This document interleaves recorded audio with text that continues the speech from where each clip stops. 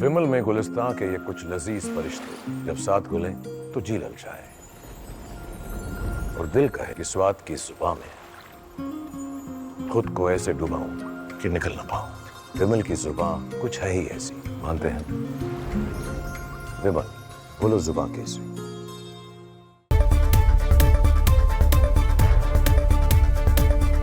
नमस्कार, बहुत स्वागत है आपका। आप देख रहे हैं प्रहार, आपके साथ मैं हूं सलोनी श्रीवास्तव अजमेर। और प्रहार में आज सबसे पहले बात उस जियोपॉलिटिकल भूकंप की जिसने दुनिया का वर्ल्ड ऑर्डर हिला दिया है। ऑपरेशन सिंदूर के बाद पाकिस्तान दहशत में है और अमेरिका का असली चेहरा भी सामने आ चुका है। ट्रंप डॉलर की भूख में भारत पर टैरिफ थोपते हैं, पाकिस्तान को राहत देते हैं, लेकिन जब पलटवार हुआ तो मोदी ने खेल ही बदल दिया। आज तस्वीर साफ है, नया पावर ट्रायंगल बन चुका है जिसमें भारत, चीन और रूस हैं और इस तिकड़ी की कमान भारत के हाथ में है। वजह भी साफ है, भारत के पास ताकत है, स्वीकार्यता है और सोच है। यही वजह है कि अब व्हाइट हाउस बेचैन है।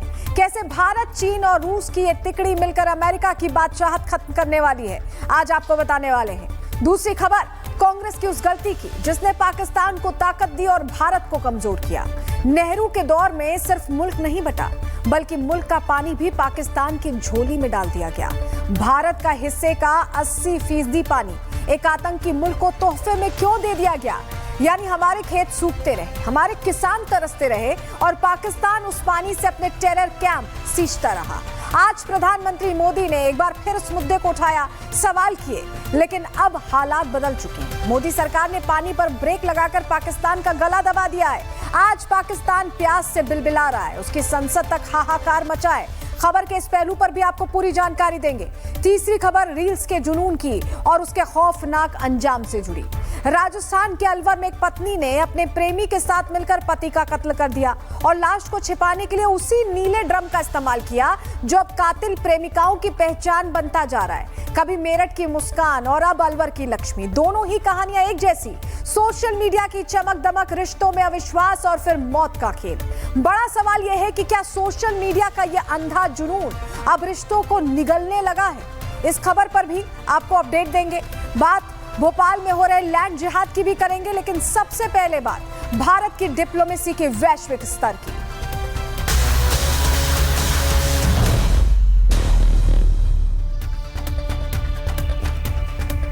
तो सबसे पहले महाशक्तियों के नए त्रिकोण की बात करने जा रहे हैं। उससे पहले आपको तस्वीर दिखाएं। इस तस्वीर में इटली की प्रधानमंत्री जॉर्जिया मेलोनी व्हाइट हाउस पहुंचते ही नमस्ते करने लगी। एक तस्वीर में आज बहुत बड़ी कहानी छिपी हुई दिखाई दे रही है, क्योंकि इस तस्वीर को देखने वाले कह रहे हैं कि क्या मेलोनी अभी जिस तरह से नमस्ते कर रही हैं, इसका अर्थ यह है कि उन पर प्रधानमंत्री नरेंद्र मोदी का प्रभाव है। और क्या ये नमस्ते व्हाइट हाउस को भारत का नमस्ते है? तस्वीर देखिए, मेलोनी पहले हाथ मिलाती हैं, लेकिन हाथ मिला के भी आगे बढ़ सकती थी, लेकिन मेलोनी उसके बाद क्या करती है? देखिए, तस्वीर दिखा रहे हैं आपको, अब नमस्ते करेंगे। देखिए, ये वो तस्वीर है जो बता रही है कि काफी असर भारत का पड़ चुका है विश्व में। और ये नमस्ते मेलोनी को किसने सिखाया है, ये तस्वीर दिखाते हैं आपको, जिसके जरिए आप समझेंगे। तस्वीर देखिए, ये बीते साल G7 मीटिंग में प्रधानमंत्री मोदी और मेलोनी की मुलाकात हुई थी और दोनों नेता एक दूसरे को नमस्ते करते हैं। भारत का ये नमस्ते मेलोनी अपने साथ लेकर इटली गई और आज व्हाइट हाउस को भी उन्होंने नमस्ते कर दिया है। अब हम व्हाइट हाउस को नमस्ते करने की बात क्यों कह रहे हैं, तो अब आप ये तस्वीर देखिए। NSA अजीत डोभाल जिनसे मुलाकात कर रहे हैं, इनका नाम है वांग यी, चीन के विदेश मंत्री। दोनों के बीच की केमिस्ट्री देखिए, दोनों की बॉडी लैंग्वेज बहुत कुछ साफ करती है। हैंडशेक करते समय दोनों के चेहरे का जो भाव है वो बताता है कि चीन अब भारत के साथ आ चुका है और ये तस्वीर आज अमेरिका को बहुत चुभने वाली है। अब डोनाल्ड ट्रंप को चुभने वाली दूसरी तस्वीर आपको दिखा रही है। देखिए, ये कल शाम की तस्वीर है जब दिल्ली के हैदराबाद हाउस में विदेश मंत्री एस जयशंकर और वांग यी की मुलाकात हुई। दोनों की जोड़ी भारत और चीन के बीच बनने जा रहे एक स्ट्रॉन्ग बॉन्ड को दिखा रही है। अब आपको ये बताते हैं कि NSA अजीत डोभाल से मिलने के बाद किस तरह वांग यी ने भारत चीन दोस्ती को सबसे दमदार बता दिया। ये बयान सुनिए। Attaches great importance to the Prime Minister's visit to China to attend the SCO summit at our invitation. We believe that Indian side will also make your contribution to a successful summit in Tianjin. History and reality proves once again that a healthy and stable China-India relationship serves the fundamental and long-term interests of both of our countries. It is also what the developing countries all want to see. तो एक तरफ चीन के विदेश मंत्री कह रहे हैं कि ये दोस्ती दमदार है, तो वहीं अजीत डोभाल ने भी खुलकर कह दिया कि चीन के साथ दोस्ती तेजी के साथ मजबूत हो रही है। उनका बयान भी सुनिए। That since then, in the last 9 months, there has been an upward trend. Borders have been quiet. There have been peace and tranquility. Our bilateral engagements have been more substantial. And we are most grateful to our leaders who, in Kazan, in October last, were able to set a new trend.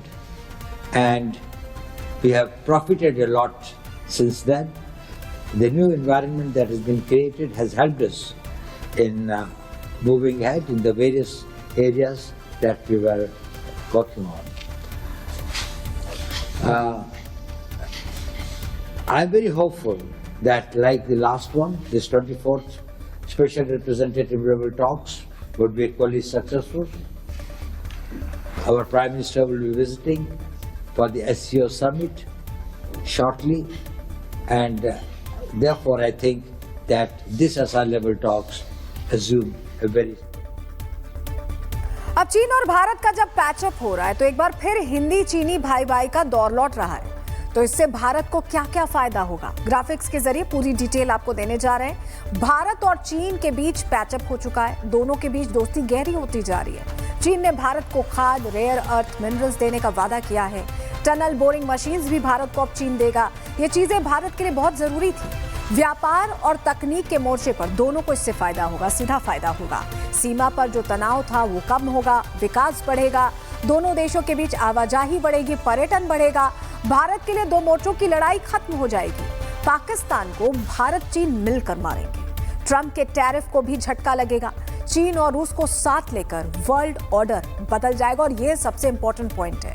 Trump और पाकिस्तान अलग थलग पड़ सकते हैं और हम उन पर भारी पड़ सकते हैं इस नई तिकड़ी के साथ। दूसरी तरफ एस जयशंकर ने चीन के विदेश मंत्री के सामने ही ट्रंप के लिए एक मैसेज छोड़ दिया, जहां उन्होंने कहा कि आज हमारी ये मुलाकात, इस पर दुनिया चर्चा कर रही है। उनका इशारा किस ओर है, ये बयान सुनिए, आप खुद ही समझ जाएंगे। When the world's two largest nations meet, it is natural that the international situation will be discussed. We seek a fair, balanced and multipolar world order, including a multipolar Asia. Reform multilateralism is also the call of the day. In the current environment, there is clearly the imperative of maintaining and enhancing stability in the global economy as well. The fight against terrorism in all its forms and manifestations is another major priority. I look forward to our exchange of views. Overall, it is our expectation that our discussions would contribute to building a stable, cooperative and forward-looking relationship.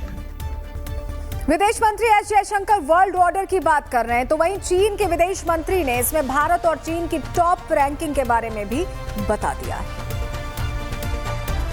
Tranquility in the border areas and resumed the Indian pilgrimage to the Mount Garampochi and Lake Mapayonso in the Xizang Autonomous Region.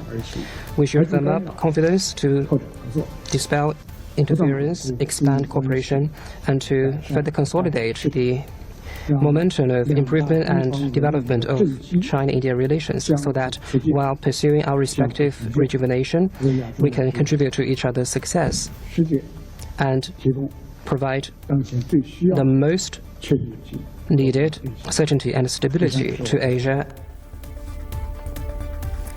देखिए, आज की तस्वीर साफ है। America अकेले पड़ चुका है और भारत, चीन और रूस नया त्रिकोण इनकी नींव हिला रहा है। ट्रंप टैरिफ से हमला कर रहे हैं, लेकिन जवाब मोदी के ग्लोबल विजन से उन्हें मिल रहा है। और अब वर्ल्ड ऑर्डर का खेल वॉशिंगटन के हाथ में नहीं, बल्कि दिल्ली, बीजिंग और मॉस्को के हाथ में।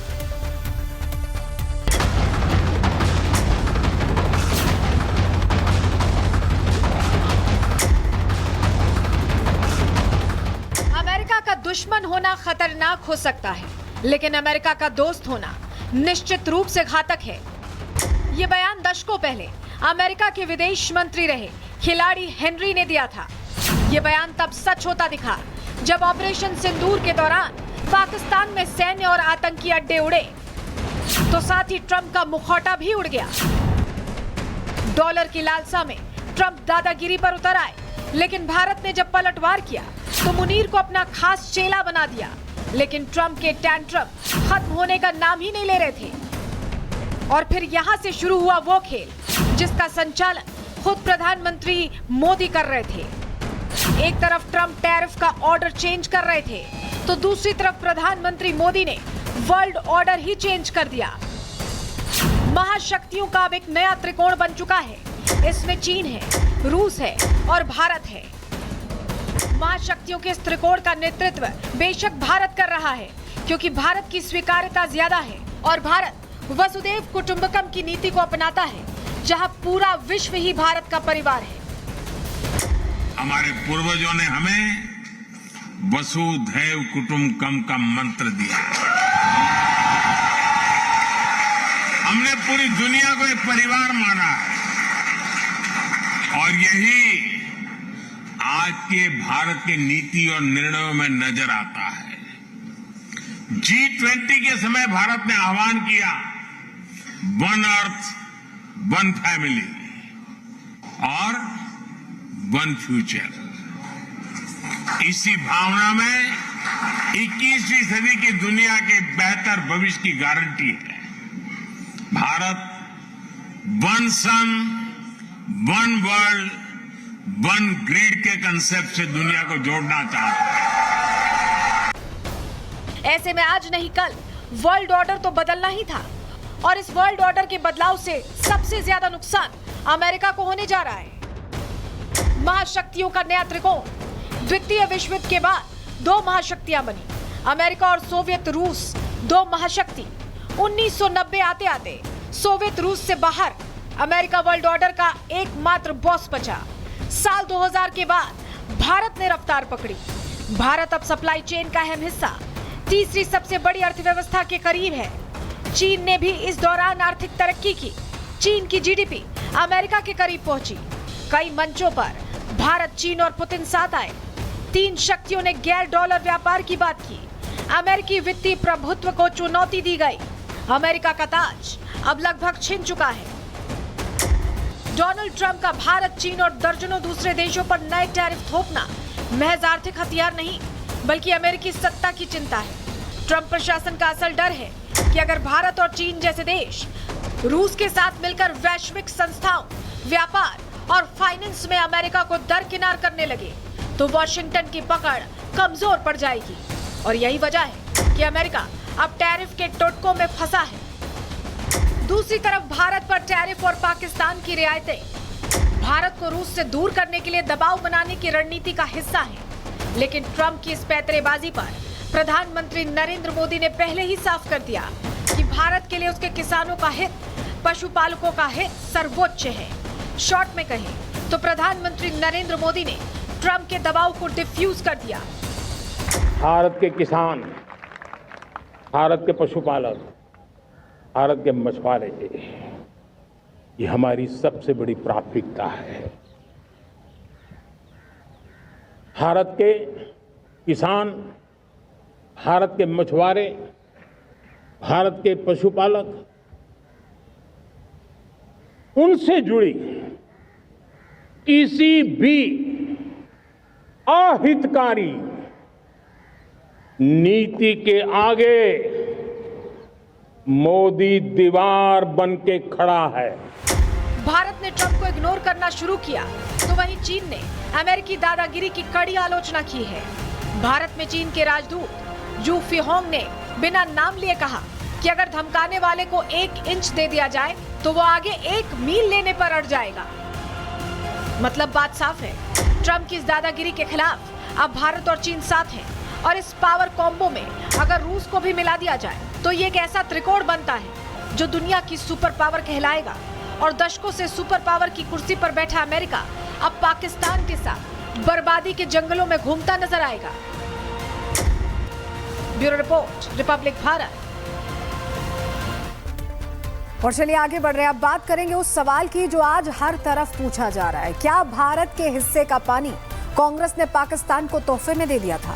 वो कौन सी गलती थी जो पूर्व प्रधानमंत्री जवाहरलाल नेहरू से हुई थी? और यहाँ किस पानी की बात करने जा रहे हैं, बताते हैं आपको। पहले तस्वीरें देखिए। ये भारत के हिस्से का वो पानी है जो कांग्रेस ने जिन्ना को तोहफे में दे दिया था। ये खूबसूरत तस्वीरें जो आप देख रहे हैं आपकी टेलीविजन स्क्रीन पर हैं, ये पाकिस्तान को देने वाली कांग्रेस पार्टी है, जवाहरलाल नेहरू हैं। पाकिस्तान को भारत के हिस्से के ये लेक्स, ये नदियां, ये पानी क्यों दिया गया? मोदी ने आज यही तो पूछा है। पीएम मोदी ने आज देश को एक बार फिर से याद दिला दिया कि किस तरह कांग्रेस पार्टी ने पहले तो देश का बंटवारा किया और फिर पानी का बंटवारा भी ठीक ऐसे ही किया गया। ठीक ऐसा ही पीएम मोदी ने लाल किले की प्राचीर से भी कहा था। आपको पहले ये सुनना चाहिए। अब देशवासियों को भली भांति पता चला है कि सिंधु का समझौता कितना अन्यायपूर्ण है, कितना एक तरफा है। भारत से निकलती नदियों का पानी दुश्मनों के खेत को सींच रहा है और मेरे देश के किसान, मेरे देश की धरती पानी के बिना प्यासी है। ये ऐसा समझौता था जिसने पिछले 7 दशक से मेरे देश के किसानों का अकल्पनीय नुकसान किया है। अब हिंदुस्तान के हक का जो पानी है उस पर अधिकार सिर्फ और सिर्फ हिंदुस्तान का है, हिंदुस्तान के किसानों का है। अब सवाल यह है कि भारत का पानी, यहाँ के करोड़ों लोगों के हिस्से का पानी कांग्रेस पार्टी ने एक दुश्मन देश को क्यों दिया? पीएम मोदी ने आज एनडीए संसदीय दल की बैठक में इस बात का डिटेल में जिक्र किया है। आप ग्राफिक्स के जरिए समझिए पूरी जानकारी। पाकिस्तान के साथ सिंधु जल समझौता कर लिया गया था। भारत के हिस्से का उस वक्त 80% पानी पाकिस्तान को दे दिया गया। यह समझौता पूरी तरह से किसान विरोधी था। पहलगाम हमले के बाद समझौते को स्थगित किया गया। हम सभी ने देखा कि कैसे पानी रोक लिया गया। सिंधु जल संधि 1960 में कराची में हुई थी। इसमें नेहरू और अयूब खान ने साइन किए थे। 3 पश्चिमी नदियां पाकिस्तान को सीधे दे दी गई। पूर्व पीएम अटल बिहारी वाजपेयी ने इसका विरोध किया। इन रियायतों ने पाकिस्तान को बहुत मजबूत किया। पीएम मोदी ने कांग्रेस की गलती को सुधारा। सिंधु जल संधि को सस्पेंड कर दिया गया। भारत का पानी पाकिस्तान में जाने से रोक दिया गया है। अब इस पर ऐसे हाइड्रो पावर प्रोजेक्ट्स बन रहे हैं जो भारत के लिए लाभकारी होंगे, भारत के लिए जरूरी हैं। उस सोच से काम किया जा रहा है, लेकिन फैसला कांग्रेस के दौर में लिया था। अब कांग्रेस ने पाकिस्तान को भारत के हिस्से का 80% पानी क्यों दिया था? इसके पीछे का मकसद क्या था?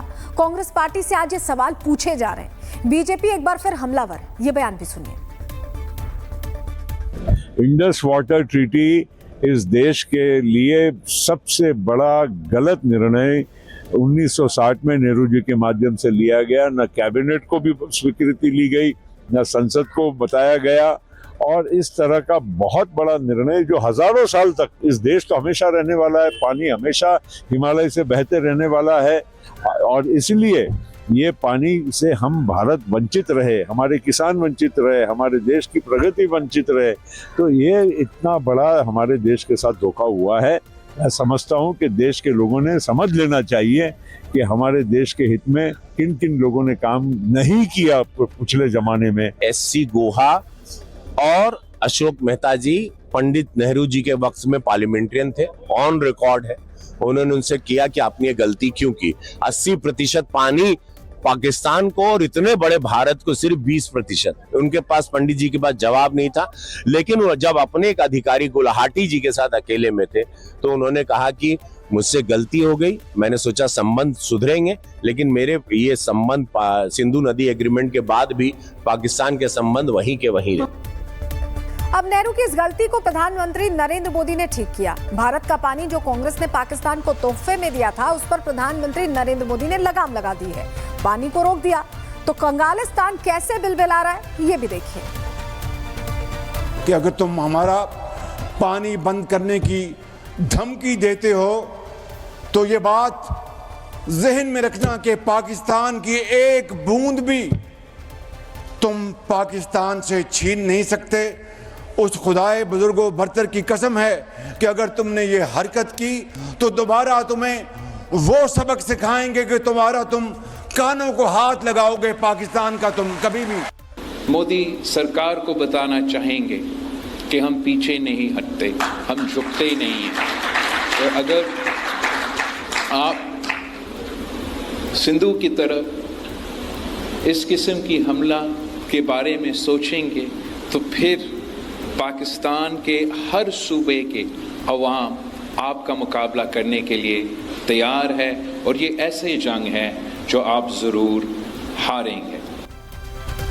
अब देखिए, भुट्टो साहब को आप सुन रहे थे, शहबाज को सुन रहे थे, किसी की बात में आपको जरा भी कॉन्फिडेंस लग रहा है? कॉन्फिडेंस है ही नहीं, क्योंकि इन्हें पता है कि ये सिर्फ अपनी आवाम को बेवकूफ बना रहे हैं। शहबाज और बिलावल की इस बिलबिलाहट पर ही प्रधानमंत्री मोदी ने बीते महीने ही कहा था कि अभी तो काम शुरू हुआ है और ये अभी से बिलबिलाने लगे हैं। बयान सुनिए।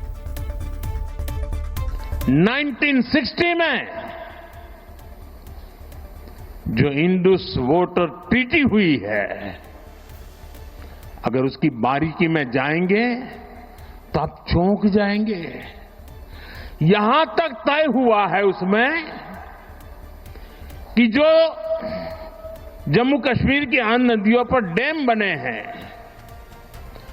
उन डैम का सफाई का काम नहीं किया जाएगा, डिसिल्टिंग नहीं किया जाएगा, सफाई के लिए जो नीचे की तरफ गेट है वो नहीं खोले जाएंगे। 60 साल तक ये गेट नहीं खोले गए और जिसमें 100% पानी भरना चाहिए था, धीरे धीरे इसकी कैपेसिटी कम हो गई, 2% 3% रह गया। क्या मेरे देशवासियों को पानी पर अधिकार नहीं है क्या?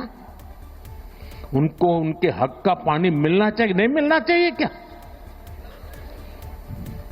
और अभी तो मैंने कुछ ज्यादा किया नहीं है।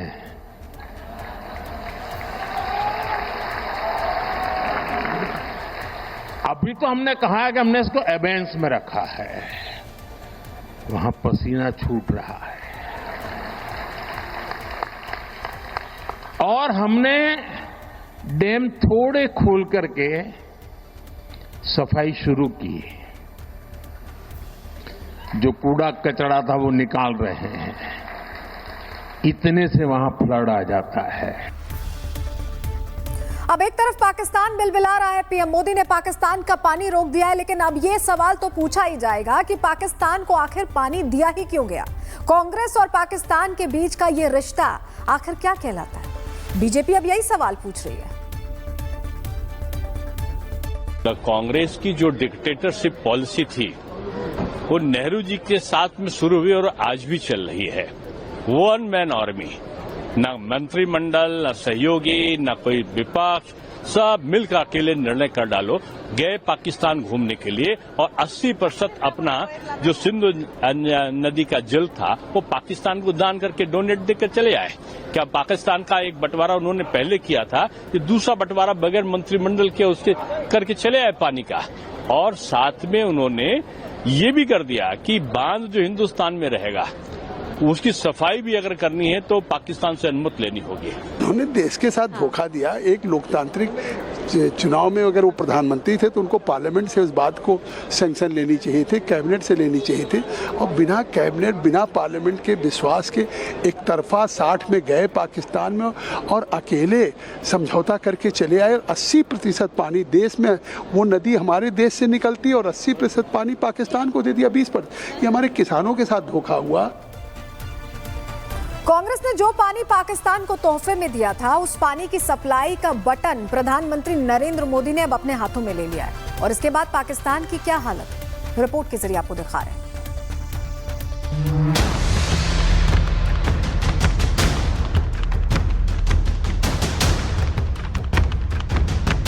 अभी तो मैंने कुछ ज्यादा किया नहीं है।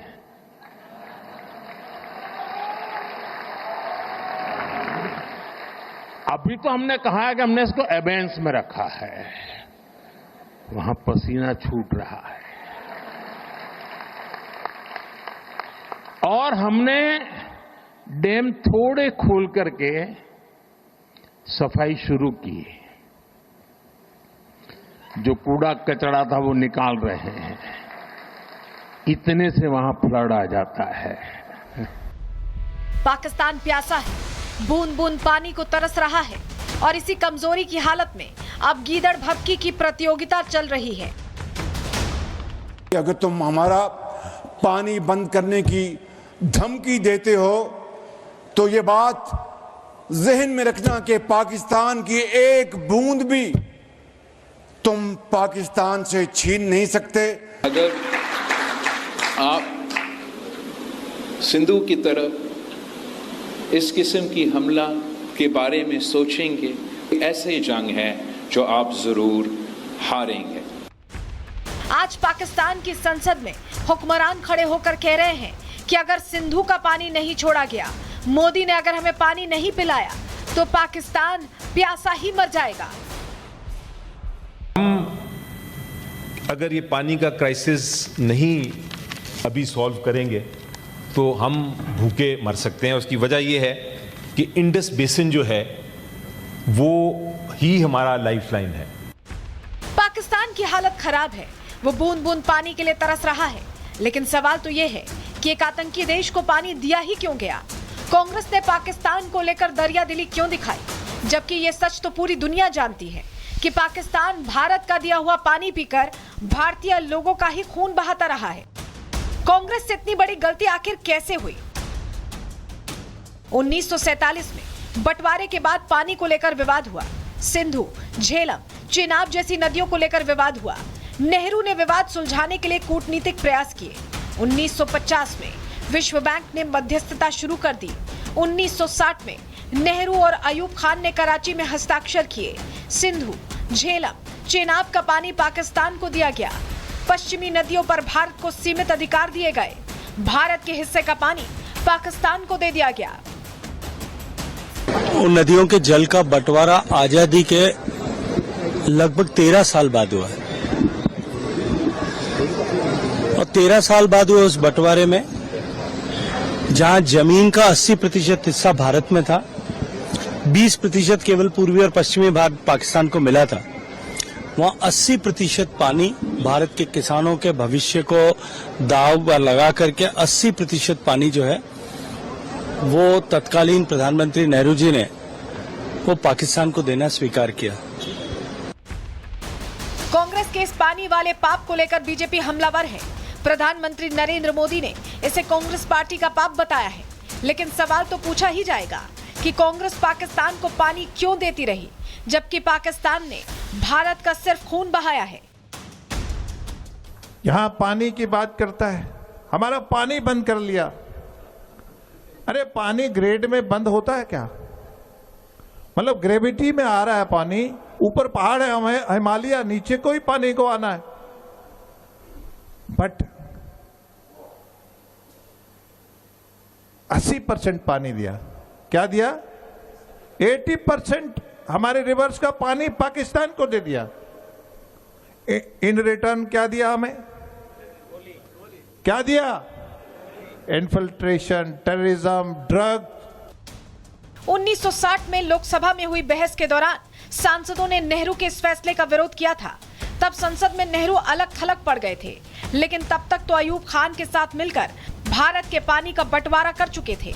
ये कांग्रेस की एक ऐसी गलती थी जिसका खामियाजा भारतीयों ने कई दशकों तक भुगता और अंत में प्रधानमंत्री नरेंद्र मोदी ने पाकिस्तान को दिए जाने वाले पानी का कंट्रोल बटन अपने हाथों में ले लिया। अब वहां कभी सूखा पड़ता है तो कभी बाढ़ आती है। Bureau report, Republic Bharat. और चलिए आगे बढ़ रहे हैं। अब बात नीले ड्रम में छिपी दहला देने वाली सच्चाई की। मेरठ की मुस्कान हो या अलवर की लक्ष्मी, नाम बदले, शहर बदले, लेकिन अंजाम का खौफनाक रूप एक जैसा रहा। रिश्तों का मोह पीछे छूटा, पराई चाहत ने सब कुछ निगल लिया और उसी के बीच दफन हो गया भरोसा। सोशल मीडिया की रील से शुरू हुई कहानी आखिरकार खून की पटकथा में कैसे बदली, अब आपको बताने जा रहे हैं। लेकिन अलवर में नीले ड्रम में पति को कैसे दफनाया गया, इसकी पहले सबसे बड़ी गवाही सबसे पहले आज आपको प्रहार में दिखाएंगे, जहां एक 8 साल का मासूम बच्चा आपको खुद बताएगा कि उसके पिता को कैसे मारा गया। क्या हुआ था उस दिन घर पे, क्या देखा आपने? जी 15 अगस्त को दरअसल नीचे से आए अंकल, तो मेरे पापा दारू पीने की कही तो उनके बीच में होने लगी लड़ाई। इसलिए क्योंकि अंकल जो मेरे पापा हैं वो मम्मी को मारने जा रहे थे। अच्छा। इसलिए क्योंकि वो उन पे ये कह रही थी इतना मत पियो। तब मेरे पापा को मतलब मेरी पापा मम्मी को मारने जा रहे थे, तब अंकल बीच में आए, उनने कहा ऐसा मत कर, रहने दे मारने को, क्यों ऐसा कर रहा है। तब मेरे पापा ने लोहे का पेप उठा लिया, कहने लगा हट जा वरना तेरे को भी मार दूंगा, इन बच्चों को भी और इस तेरी ये घरवाली को भी।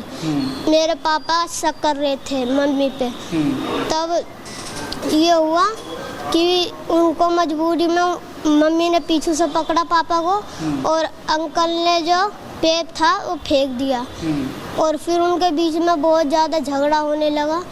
तो मेरे पापा मारने लगे मम्मी को। अंकल ने फिर उसको सुलाया, पता नहीं कैसे सुलाया, मैं तो फिर पता आपको फिर उन्होंने दरअसल ये हुआ कि जब मेरे पापा सो गए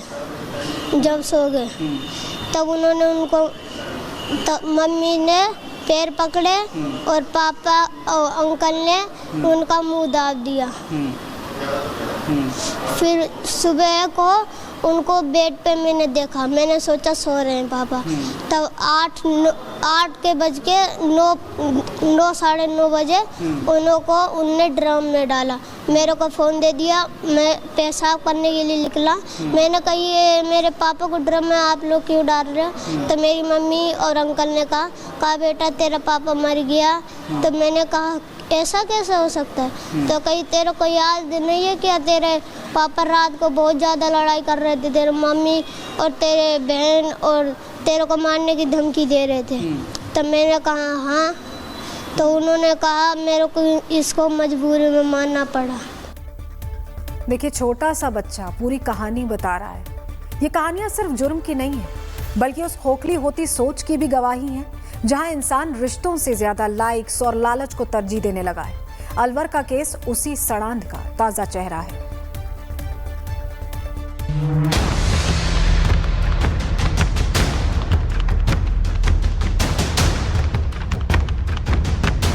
रील्स का जुनून और खौफनाक अंजाम, नीला ड्रम या मौत की कैप्सूल।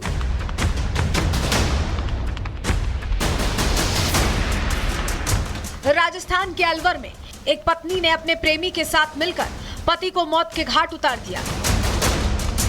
ये कोई आम मर्डर नहीं बल्कि सोशल मीडिया की अंधी दौड़ से उपजी वो हैरान कर देने वाली सच्चाई है जिसने एक पूरे परिवार को तबाह कर दिया। पत्नी लक्ष्मी सोशल मीडिया पर रील्स बनाने की शौकीन थी। पति हंसराज को यह आदत नागवार गुजरती थी। रोजाना के झगड़े, रोक टोक और फिर इंस्टाग्राम पर पनपी एक नई दोस्ती ने इस रिश्ते का खून कर दिया। रील्स के बहाने लक्ष्मी की नजदीकी मकान मालिक के बेटे जितेंद्र से बढ़ी। कमेंट से बातचीत शुरू हुई, फिर दोस्ती और फिर बात आगे बढ़ी तो दोनों के बीच सिर्फ एक रोड़ा था, लक्ष्मी का पति हंसराज। और फिर बना एक खतरनाक ब्लूप्रिंट। पहले हंसराज की गला काटकर हत्या की गई, फिर शव को छुपाने के लिए मंगवाया गया नीला ड्रम और उस पर नमक डालकर गलाने की कोशिश की गई। अब मर गई तो अलग बात है, वरना जब तक जिंदा हूँ तुझे छोड़ने वालों में से। आज यही वीडियो, यही रील्स पुलिस की जांच का सबसे बड़ा सुराग बन चुकी है। इन्हीं वीडियोज से रिश्ते की असली तस्वीर सामने आई है। अलवर पुलिस ने लक्ष्मी और उसके प्रेमी जितेंद्र को गिरफ्तार कर लिया है। गिरफ्तारी भी तब हुई जब दोनों संदिग्ध हालत में बच्चों के साथ ईंट भट्टे के पास पकड़े गए। भागने की कोशिश की लेकिन घेराबंदी में दबोच लिए गए। पुलिस जांच में साफ हुआ कि हंसराज पत्नी की रील्स और जितेंद्र से बढ़ती नजदीकियों का विरोध करता था। मकान बदलने की बात चल रही थी लेकिन लक्ष्मी और उसके प्रेमी ने पति की जिंदगी ही खत्म करने का फैसला कर लिया। मेरठ में पत्नी मुस्कान ने प्रेमी संग पति सौरभ की हत्या की। अलवर में पत्नी लक्ष्मी ने प्रेमी जितेंद्र संग पति हंसराज की हत्या की। मेरठ में शव छिपाने के लिए इस्तेमाल हुआ नीला ड्रम। अलवर में भी शव छिपाने के लिए नीला ड्रम ही हथियार बना। मेरठ में अवैध रिश्ते बने कत्ल की असली वजह। अलवर में रील्स और रिश्ते ने मिलकर लिखा खून का खेल। मेरठ में सोशल मीडिया चैट से पुलिस को सुराग मिला था। अलवर में इंस्टाग्राम वीडियो से पुलिस को मिले सबूत। मेरठ का मुस्कान केस और अब अलवर का लक्ष्मी केस, दोनों घटनाओं में कहानी एक ही है। सोशल मीडिया की चकाचौंध, रिश्तों में दरार और अंत में मौत का खेल। एक बार फिर यह सवाल बड़ा हो गया है कि क्या सोशल मीडिया का ये जुनून अब सिर्फ रील्स नहीं, रिश्तों को भी निगल रहा है। Bureau report, Republic Bharat. और अब बात भोपाल की कर रहे हैं। भोपाल का बड़ा तालाब और उसी के किनारे खड़ी 2 मस्जिदें। प्रशासन कह रहा है कि ये सरकारी जमीन पर अतिक्रमण है, तो वक्फ बोर्ड कह रहा है कि ये वक्फ की संपत्ति है। नोटिस जारी हो चुका है, कोर्ट में चुनौती दी जा चुकी है और दोनों तरफ से आर पार की धमकियां दी जा रही हैं। हिंदू संगठन इसे लैंड जिहाद बता रहा है, मुस्लिम संगठन इसे धर्म पर हमला कह रहा है। यानी मसला सिर्फ 2 मस्जिदों का नहीं है, बल्कि पूरे भोपाल की गंगा जमुनी तहजीब पर सवाल खड़ा हो गया है। सच्चाई क्या है, रिपोर्ट के जरिए आपको बता रहे हैं।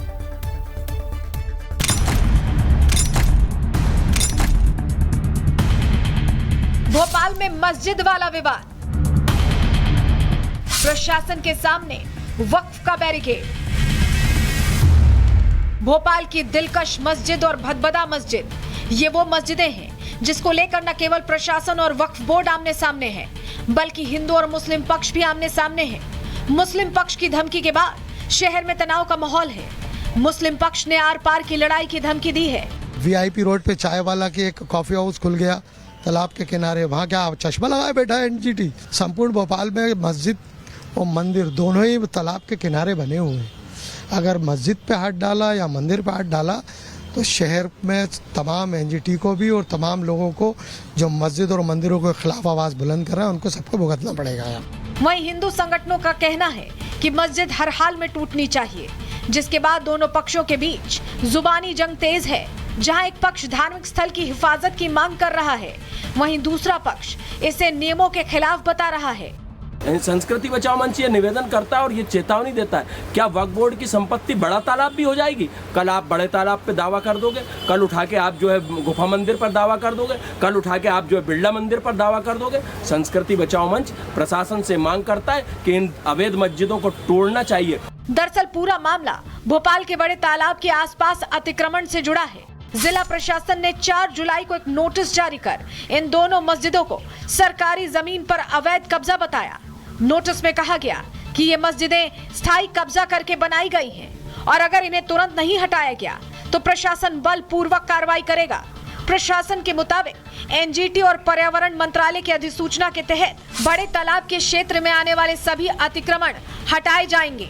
प्रशासन के इस नोटिस के खिलाफ वक्फ बोर्ड भड़का हुआ है। वक्फ बोर्ड का कहना है कि मस्जिद वक्फ की जमीन पर है। वहीं वक्फ बोर्ड ने प्रशासन की नोटिस के खिलाफ हाईकोर्ट का रुख किया है। ये हमारे पीछे आप मस्जिद देख रहे हैं, दिलकश मस्जिद है, चूंकि बगल में भदोदा डैम है। इसे भी जिला प्रशासन और तहसीलदार ने अतिक्रमण में पाया गया है। इसके अलावा एक और मस्जिद है जो ब्रिज के उस साइड है, लेकिन इस पर विवाद भी बढ़ता जा रहा है क्योंकि मुस्लिम स्कॉलर्स और मुस्लिम पक्ष जो है वो ये कह रहे हैं कि NGT और प्रशासन ने जो अतिक्रमण में इस मस्जिद को बताया वो गलत है। और साथ ही साथ वक्फ बोर्ड की बात करें तो उन्होंने भी साफ तौर पर नोटिस चस्पा किया है कि ये जो मस्जिद है वो वक्फ के खसरे में इसका उल्लेख है। अगर आप देखें खसरा नंबर 131 तो इस मस्जिद का पूरा डिटेल दिया है। साथ ही साथ लिखा है कि मध्य प्रदेश राजपथ में प्रकाशन दिनांक 24/11/61 में किया गया है, जिसका सकल क्रमांक ये है। इस मुद्दे को लेकर जमकर सियासत भी हो रही है। एक मस्जिद को लेकर शुरू हुआ विवाद अब बड़ा मुद्दा बनता जा रहा है। सवाल यह है कि आखिर धार्मिक पहचान पर सियासत क्यों गरमाई और क्या भोपाल की गंगा जमुनी तहजीब खतरे में है? Bureau report, Republic Bharat. एक तरफ लैंड जिहाद के आरोपों पर मौलाना नाराज हैं, तो वहीं दूसरी तरफ लखनऊ में मौलाना छांगुर का एक बड़ा कनेक्शन निकलकर सामने आ गया है। जोया खाने ने कैमरे के सामने आकर बताया है कि वो एक हिंदू थी, लेकिन इस छांगुर ने उसे मुस्लिम बना दिया और फिर उसके साथ कैसी हैवानियत हुई आप खुद सुनिए। कहेंगी आपके साथ जो घटना घटी उसकी शुरुआत कहाँ से हुई?